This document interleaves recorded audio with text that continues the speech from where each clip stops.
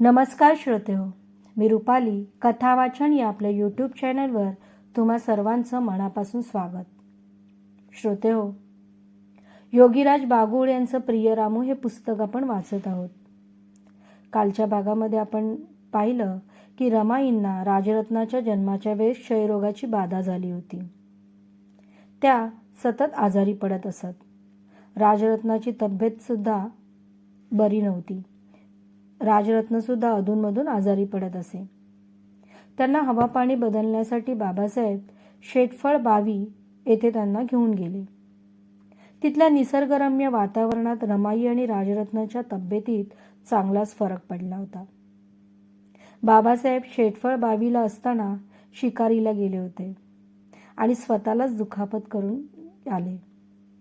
तिथून त्यांनी एक हरणाचं पाडसं मुंबईला घेऊन आले. पण मुंबईच्या दमट वातावरणात ते 15 दिवसच जगलं. पाडसाच्या मृत्यूनंतर साहेबांनी त्यांच्या भावना व्यक्त करण्यासाठी त्यांची लंडनची मैत्रीण फॅनीला पत्र लिहिलं. पत्राला फॅनीनं 11 मार्च 1925 रोजी उत्तर पाठवलं. आता पुढे. साहेबांना कायमस्वरूपी अर्थार्जन मिळेल असा एखादा स्रोत हवा होता, जेणेकरून कुटुंबाचा आणखीन चांगल्या प्रकारे उदरनिर्वाह होऊ शकेल. शेवटी त्यांच्या धडपडीला यश मिळालं. साहेबांना बाटलीबॉय अकाउंटन्सी इन्स्टिट्यूटमध्ये प्रोफेसर ऑफ मॅर्केटाईल लॉ म्हणून 10 जून 1925 रोजी नोकरी मिळाली. या जागेवर ते आठवड्यातून 3-4 तास काम करू लागले. नोकरीचे त्यांना दरमहा 200 रुपये पगार मिळू लागला. ही नोकरी मिळवून देण्यासाठी त्यांना त्यांच्या जवळचा मित्र नवल भतेना यांची मदत झाली. आता राजरत्न 2 वर्षाचा झाला होता. त्याचे बोबडे बोल साऱ्या घरातील सदस्यांना आवडत असत. सर्व कुटुंबीय त्याचे गोड कौतुक करी. त्याचं घरभर आणि अंगणात दुडूदुडू धावणं आणि त्याच्याबरोबर मुकुंद आणि यशवंताचं खेळणं हे अगदी नित्याचंच. राजरत्नाच्या आगमनानं जणू काही साहेबांचं सारं घर आणि सांसारिक जीवन सुखानं व्यापून टाकलं होतं. दुसरा वाढदिवस झाल्यानंतर जूनच्या शेवटच्या आठवड्यात तो आजारी पडला. डॉक्टरांनी येऊन तपासलं. त्याला डबल निमोनिया झाला होता. कफानं छाती गच्च भरली होती. अंगातला ताप उतरत नव्हता. डॉक्टरांनी औषधोपचार सुरू केले, मात्र आजार जास्तच निर्ढावला होता. तो उपचारांना दाद देत नव्हता. बाळाला आराम वाटावा म्हणून काय करू आणि काय नको असं रामूबाई आणि डॉक्टर साहेबांना झालं होतं. लक्ष्मीबाई, शंकर, रामूबाई आणि स्वतः डॉक्टर साहेब रात्रंदिवस राजरत्नाची शुश्रूषा करीत होते. रामूबाई तर घाबरूनच गेली होती. आतापर्यंत तिची 3 लेकरं मातीआड गेली होती. सारं काही करूनही बाळाच्या प्रकृतीला आराम पडत नव्हता. ती रोज संध्याकाळी देवाची पूजा करून राजरत्नाच्या प्रकृती स्वास्थ्यासाठी साकडे घाली. देवापुढे साश्रू नयनानं आणि दीनमान्या चेहऱ्यानं हात जोडी नवस करी. साहेब हवालदिल झाले होते. त्यांचं ना अभ्यासात मन लागत होतं ना कोर्टात. जुलै महिन्याचे सुरुवातीचे 12 दिवस अतिशय तणावात गेले. पुढचा दिवस काय प्राक्तन घेऊन उगवेल याची रोज भ्रांत वाटत होती. 18 जुलैला बाळाला जरा आराम वाटू लागला. साहेबांना समाधान वाटलं आणि रामूबाईलाही. कोर्टाची बरीच कामं तुंबून होती. 19 तारखेला साहेब कोर्टात जाण्यासाठी निघाले, परंतु जाण्यापूर्वी ते कार्यालयातून घरी आले. राजरत्नाच्या डोक्यावरून प्रेमाने हात फिरवला. त्याचे 2 गोड मुकेही घेतले. बाळाला भेटून पाहून ते कोर्टात गेले. साहेब कोर्टात गेले आणि पाठीमागे सकाळी 11 वाजता बाळाच्या आजारानं जोर धरला. त्याला अधूनमधून ग्लानी येऊ लागली. अंगातला ताप वाढू लागला. तापानं ओठ लालबुंद झाले. डोळेही लालसर झाले. श्वासाला त्रास होऊ लागला. रामूबाईची पाच्यावर धारणा बसली. तिला काय करावं कळेना. बाळ डोळे उघडेना. छाती वर खाली होत होती. चेहरा कोमेजला होता. डॉक्टरला बोलवण्यात आले. रामूबाईंच्या आणि कुटुंबियांच्या समाधानासाठी डॉक्टरांनी बाळाला तपासलं, मात्र असमर्थता व्यक्त केली. दुपार होत आली होती. साहेबांना बोलवण्यासाठी शंकरनं कोर्टाच्या दिशेनं धाव घेतली. बाळाच्या उरात घरघर चालू झाली. कफमुळे श्वासोच्छवास त्रास होत होता. बाळ पूर्णतः बेशुद्ध अवस्थेत होतं. रामूच्या मांडीवर असलेलं बाळ मक्याच्या आईनं तिच्या मांडीवर घेतलं. घड्याळाचा काटा सेकंदागणिक संत गतीनं पुढं सरकत होता. राजरत्नाचा हलकासा श्वास तेवढा चालू होता.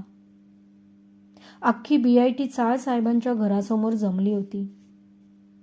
सर्वत्र तणावपूर्ण शांतता होती. शंकर कोर्टात जाऊन साहेबांना भेटला. म्हणाला, साहेब, लगेच घरी चला. बाळाची तब्येत जास्तच बिघडली आहे. शंकरचे शब्द तप्त शिशागत साहेबांच्या कानी पडले. सारे दप्तर टेबलावरच सोडून साहेब घराकडे निघाले. टांग्यात बसले. साहेबांचे दप्तर घेऊन धावत्या टांग्यात शंकरही चढला. टांगा परळच्या दिशेनं धावू लागला. कधी घरी पोचेन अन बाळाला पाहीन असं साहेबांना झालं होतं. मन सैरभैर झालं होतं. इकडे बाळ लक्ष्मीबाईच्या मांडीवर शेवटचे श्वास मोजत होते. तिच्या आजूबाजूला वृद्ध काही प्रौढ स्त्रिया बसल्या होत्या. कोणी रामूबाईची समजूत घालीत होत्या. तिच्या डोळ्यांना धारा लागल्या होत्या. ती कोणाचं काहीच ऐकण्याच्या मनस्थितीत नव्हती. आणि तिसऱ्या प्रहरी 4 वाजता राजरत्नाचा श्वास थांबला. त्याची मूठ सैल झाली. मान ढिली पडली. श्वासाचा भाता जसाच थांबला तसं रामूनं माझं बाळ गेलं ग म्हणत जमिनीवर थाडकन अंग सोडून दिलं. तिची दुःखावेगानं दातखिळीच बसली.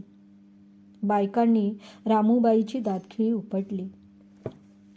राजरत्न गेला. 2 वर्ष 1 महिना आणि 3 दिवसांचे आयुष्य पदरात घेऊन डॉक्टर साहेबांच्या या गुणी बाळानं सृष्टीचा आणि त्याच्या मात्या पित्याचा कायमचा निरोप घेतला. अख्ख्या चाळीत दुडू दुडू धावणारे इवलेशे नाजूक पाय कायमचे शांत झाले. साहेब 4:30 वाजता घरी पोचले. तेव्हा नेहमी पुढे धावत येणाऱ्या त्या लेकराने आज त्याचे बाबा घरी पोचण्यापूर्वी भलतीकडेच धाव घेतली होती. साहेबांना घरासमोर गर्दी दिसली. ते काय समजायचं ते समजले. पायातले बळ आपोआप आटले. साहेबांनी बाळाला पाहिलं आणि मोठ्याने हंबरटा फोडला. राजरत्ना! साहेबांच्या त्या अतीव दुःखी हंबरट्यानं अख्खी चाळ कंपित झाली. उंच कड्यावरून निर्दयपणाने आपणाला कोणीतरी ढकलून दिलं असेल असं साहेबांना वाटलं. राजरत्न गेला. साहेबांचे संसारिक जीवन उद्ध्वस्त करून गेला. साहेब मोठमोठ्यानं रडू लागले. आक्रोश करू लागले. भिंतीवर डोकं आपटू लागले. हंबरटा फोडू लागले. चाळीतील 2-3 खोल्यांमध्ये गोवेकर ख्रिस्ती आणि मराठे भंडारी राहत असत. साहेबांचा आक्रोश ऐकून तेही त्यांच्या घरासमोर आले. साहेबांचा आकांत पाहून त्याच्याही डोळ्यांना धारा लागल्या. साहेबांच्या दुःखावेगाला पारावार उरला नव्हता. आणि पारावार उरला नव्हता त्यांच्या रामूच्या आकांतालाही. अख्ख्या चाळीवर बाळाच्या मृत्यूनंतर दुःखाची छटा दाटली होती. मुकुंद आणि यशवंत एका कोपऱ्यात अश्रू ढाळीत उभे होते. त्यांच्याकडे कोणाचं लक्षही नव्हतं. रामूबाईच्या अंगात तर आता रडण्याचंही बळ उरलं नव्हतं. शुष्क चेहऱ्यानं तोंडाला पदर लावून ती लक्ष्मीबाईच्या मांडीवर पहुडलेल्या इवल्याच्या निर्जीव देहाकडे पाहत होती. साहेबांनी त्यांच्या आवडत्या बाळाला, राजरत्नाला आपल्या मांडीवर घेतलं. त्याचे गोड मुके घेऊ लागले. बाळाकडे एकटक पाहू लागले. त्याच्या तोंडावरून मायेनं हात फिरवू लागले. का लळा लावलास होतास रे इतका तू? का रे राजा? हा वाघाचा बछडा असा कसा गेला? कोणाला विचारून गेला? हा अन्याय आहे, हा घोर अन्याय आहे. मी कोणाला खेळवू आता? अरे रे. साहेब बडबडत होते. त्यांच्या डोळ्यातील अश्रू खंडत नव्हते. रडून रडून चेहरा लालबुंद झाला. साहेबांना कशाचंही भान नव्हतं. रामूबाईची अवस्था तर खूपच शोचनीय होती. आता तर त्या माऊलीच्या अंगात दुःख करण्याचीही ताकद उरली नव्हती. तिला अधूनमधून ग्लानी येऊ लागली. तिचे डोळे रडून रडून सुजले होते. ओठ सुकले होते. जीभ कोरडी पडली होती. केस विस्कटले होते. वस्त्राची सुद्धा शुद्ध नव्हती. जीवाची शुद्ध नव्हती. नियतीनं एखाद्याला किती छळावं इतकं? अशातच संध्याकाळ होऊ लागली. अंधार पडण्याआधी बाळाला सद्गती देणं भाग होतं. कोरा कपडा, चटई, सुतळी, अगरबत्ती, फुलं, ऊद, कापूर अशा सर्व चीजवस्तू आणून राजरत्नाच्या शेवटच्या प्रवासाची सिद्धता झाली. साहेब अश्रू ढाळीत मांडीवरच्या बाळाकडे एकटक पाहत होते. त्याला हृदयात साठवीत होते. त्यांचा राजरत्न आता त्यांना कधीच दिसणार नव्हता. त्यांना आजूबाजूला सुरू असलेल्या रडारडीचं भान नव्हतं. रामूबाई तर आता नुसती साहेबांच्या मांडीवर पहुडलेल्या बाळाला निरखीत होती. डोळ्यात मनात साठवीत होती. डोळे आटले होते, भावना आटल्या होत्या.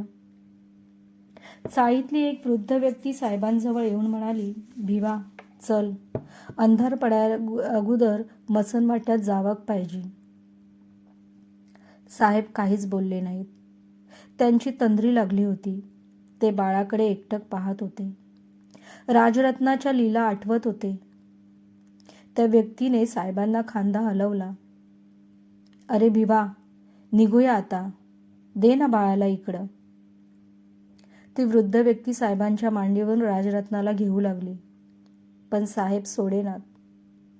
नका हो तात्या, कुठे घेऊन जाताय माझ्या लेकराला? म्हणत साहेबांनी आणखी हंबरटा फोडला. वृद्ध इस्मानं साहेबांच्या मांडीवरून राजरत्नाचं कलेवर अक्षरशः ओढून घेतलं. साहेबांनी दोन्ही हात तोंडावर ठेवले. अरे, इतके गुण दाखवण्यासाठी जन्माला आलेला होतास का रे बाळा? का रे घाई केलीस इतक्या लवकर जायची? साहेबांचे ओठ पुटपुटले. पुन्हा डोळ्यामधून धारा वाहू लागल्या. साहेबांच्या मांडीवरून बाळाला घेताच रामूबाई मूर्छित होऊन पडली. बायांनी तिच्या तोंडावर पाणी शिंपडले. 2 घोट बळे पाणी पाजलं. ती पुन्हा शुद्धीवर आली. देवानं काय वनवास मांडलाय माझ्या आयुष्याचा? त्याच्या मनात हाय तरी काय? रामूबाईचे ओठ पुटपुटले फक्त. कोरड्या घशातून कोरडा हुंदका बाहेर पडला. राजरत्नाच्या अंत्ययात्रेची सगळी तयारी झाली. साहेबांचा बालपणीचा मित्र मालू त्याच्याजवळ आला आणि म्हणाला, भिवा, चल, मसनवट्यात जावा कसा? नाही मालू, मला स्मशानात यायचे नाही. माझ्या राजरत्नाला तुम्ही लोक मातीत पुरताना मला पाहणार नाही रे. मी येत नाही, तुम्ही जा. साहेब उरातला हुंदका आवरीत म्हणाले. मग साहेबांना स्मशानात येण्यासाठी कोणीही आग्रह केला नाही. बाळाराम संध्याकाळी 7 वाजता गिरणीतून नायगावच्या चाळीतील घरी येताच त्यांना शेजाऱ्यांनी राजरत्नाच्या मृत्यूची खबर दिली. ते होते तसेच तात्काळ BIT चाळीकडे निघाले. त्यावेळी मयतकरी बाळाला घेऊन स्मशानात गेले होते. बाळाराम स्वयंपाकघरात गेले. पाहतात तो रामूबाई उघड्या जमिनीवर व्याकुळ आणि हताश होऊन पडली होती. जवळ लक्ष्मीबाई बसली होती. घरात दारात काही वृद्ध व प्रौढ बाया बसून होत्या. मोठ्या धीराला पाहून रामूबाई उठून बसली. तिच्या डोळ्यातून अश्रू ओघळू लागली. तिनं डोळ्यांना पदर लावला. रामूच्या उरातून अशक्त हुंदका बाहेर पडला. भाऊजी, माझ्या राजरत्नाला भेटायला आलात का हो?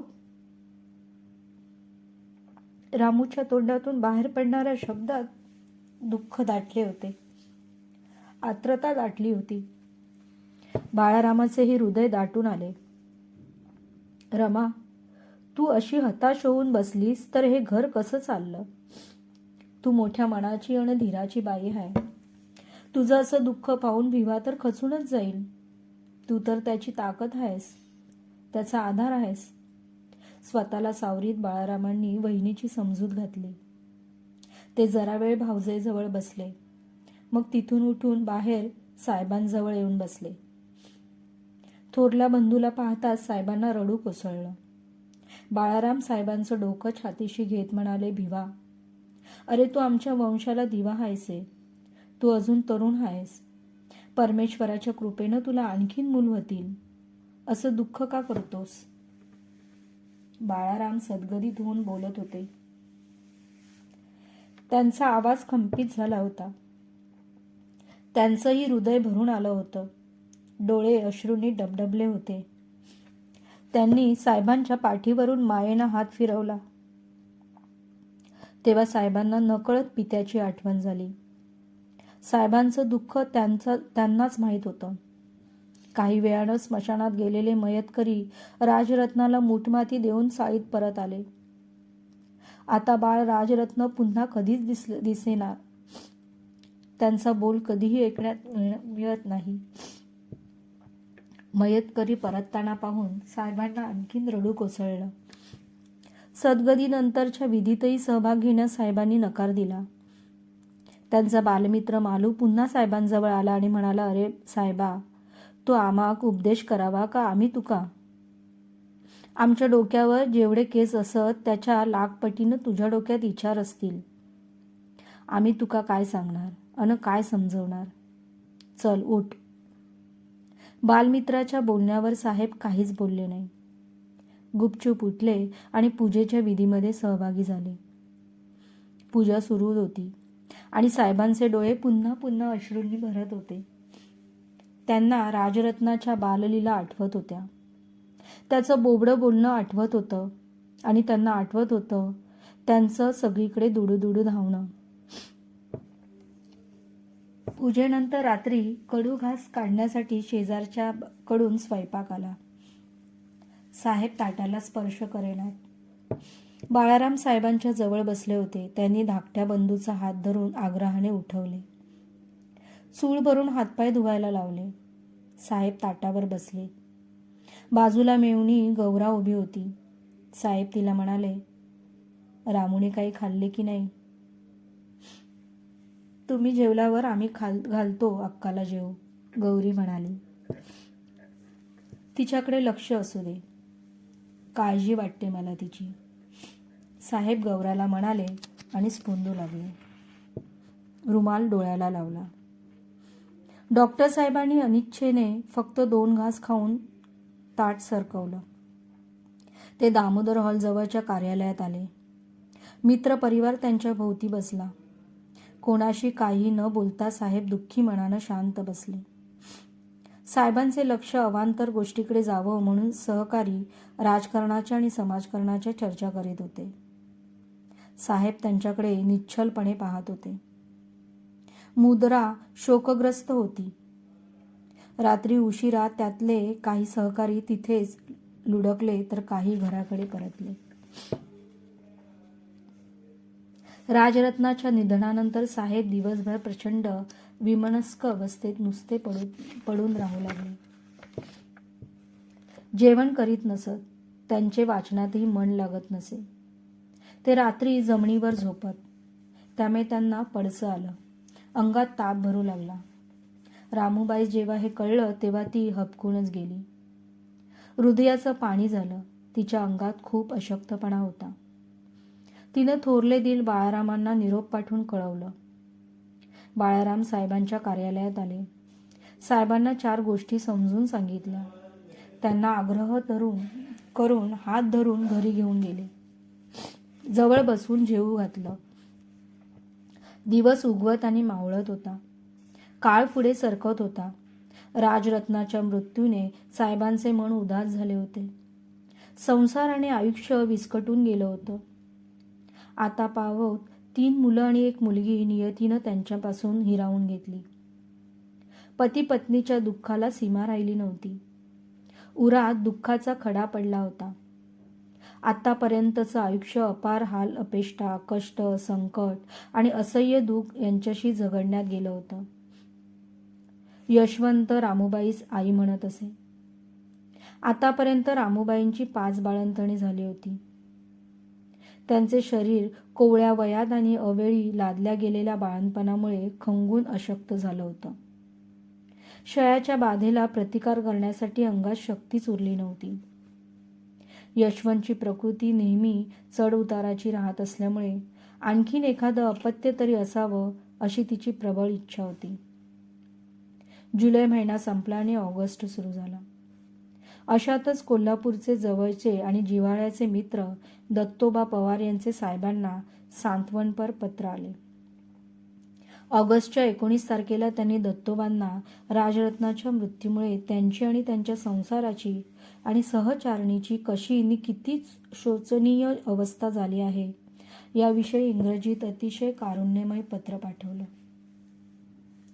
दामोदर हॉल, परळ, मुंबई 12, 19/8/1926. प्रिय दत्तोबा, आपले पत्र आश्चर्य करण्याजोगे आहे. श्री शौतरकर यांनी आपणास माझ्या मुलाच्या मृत्यूची खबर दिल्यानंतर मध्ये बराच काळ लोटलेला मात्र आपणाकडून पत्र आलं नाही. मला वाटले आपली माझेविषयीची आत्मीयता आटली आहे की काय. हे सत्य नसल्याचे आणि किमान या दुःख प्रसंगी पत्राचे सांत्वनपण पत्र एक ओळ लिहून आपल्या मनातील आत्मीयतेची ज्योत मावळलेली नसल्याचे आपण विदित केले आहे. पुत्र निधनामुळे मला व माझ्या पत्नीस जो धक्का बसला आहे त्यातून आम्ही सावरू असे म्हणणे शुद्ध ढोंगीपणाचे ठरेल. आतापर्यंत 3 मुले आणि 1 मुलगी अशा 4 लाडक्या बाळांना मूठमाती देण्याचा दुःख प्रसंग आम्हा उभयतांवर ओढावला आहे. याची आठवण झाली की मन दुःख वेगाने खचून जाते. त्यांच्या भविष्याविषयी आम्ही बांधलेल्या मनोरथाचे इमले ढासळले गेले ते वेगळेच.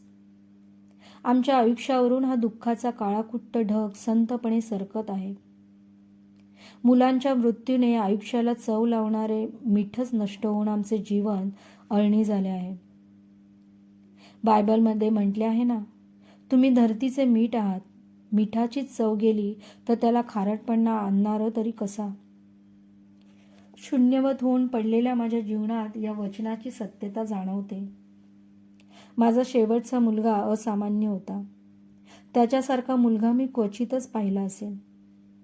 त्याच्या जाण्याने माझे आयुष्य शिशिराने आक्रमिलेल्या ओसाड बागेसारखे झाले आहे. दुःख वेगाने पुढे लिहिवत नाही. दुःखाने खंगलेल्या मित्राचा नमस्कार. आपला विदीर्णाधीन B.R. आंबेडकर. राजरत्नासारखे गुणी बाळ काळानं रामुबाईच्या मांडीवरून ओढून नेल्यामुळे ती तणानं आणि मनानं खचून गेली. यशवंताला पाठीराखा असावा म्हणून त्यांना आणखीन एखादा तरी लेकराची आस होती. ती एक दिवस एकांतात साहेबांना तसं म्हणाली. मात्र त्यांनी रामुबाईच्या बोलण्याकडे जाणीवपूर्वक दुर्लक्ष केले. त्यांना आता अपत्य नको होतं. त्यांना आयुष्यभर साथ देण्यासाठी त्यांची रामू हवी होती फक्त. त्या दस्तुरांनी साहेबांना ते निक्षून सांगितलं होतं. ते त्यांनी रामूला कधीच सांगितलं नाही. साहेब पत्नीच्या प्रकृतीसाठी विरक्त जीवन जगू लागले. त्यांना घरी जाणं अगदीच कमी केलं. त्यांच्या मुक्काम दामोदर हॉलच्या पाठीमागे असलेल्या मच्छूबाई इमारतीच्या कार्यालयात होऊ लागला. जेवणही ग्रंथालयातच करू लागले. महिन्यातून एखाद्या रविवारी ते घरी येत. सर्वांना डोळ्याखालून घालीत. त्यांच्या रामूच्या प्रकृतीची आस्तेवाईकपणे विचारपूस करीत. गतस्मृतीची कोणतीच वाच्यता ते पत्नीसमोर करीत नसत आणि पुन्हा कार्यालयात परतत. त्यांचा हा निग्रहीपणा जाणीवपूर्वक होता. काळ पुढे सरकत होता. राजरत्नाच्या दुःखाची धग कमी होत होती. निदान तसं वाटत तरी होतं. बाळाच्या आठवणी येऊ नयेत म्हणून साहेब रात्रंदिवस अनेक प्रकारचे ग्रंथ वाचत होते. त्यांचं जेवण घरून येई. कधी ते जेवत तर कधी नाही. न जेवल्यास जेवणाचा डबा तसाच घरी परत जाई. ज्या दिवशी साहेब जेवण न करता डबा घरी पाठवत त्या दिवशी रामूबाईही अन्नाला स्पर्श करीत नसत. साहेबांना जेव्हा हे समजलं तेव्हा ते स्वतः न जेवल्यास एखाद्या सहकार्याला किंवा मित्राला डबा खाण्यास देत व रिकामा डबा घरी पाठवीत, जेणेकरून रामूबाईस वाटावं की साहेबांनी जेवण केलं. साहेबांचे असे करणे जेव्हा रामूबाईला समजले तेव्हा त्या खूप कष्टी झाल्या. कबीराच्या एका दोह्यात 2 ओळी त्यांच्या ओठावरून येऊन गेल्या. चलती चाकही देखकर दिया कबीर रोय, दो पाटन के बीच में साबित बचा न कोय. डॉक्टर साहेब त्यांच्या रामूच्या जीवाला, तिच्या प्रकृतीला जपत होते आणि रामू साहेबांच्या जीवाला. ती साध्वी एक समर्पित जीवन जगत होती. तिच्या साहेबांना जपत होती. जगता जगता साहेबांच्या चिंतेनं दररोज जळत होती, तेवत होती. धन्यवाद. श्रोतेहो, आजचा कष्टमय भाग तुम्हाला कसा वाटला मला कमेंट करून नक्की सांगा.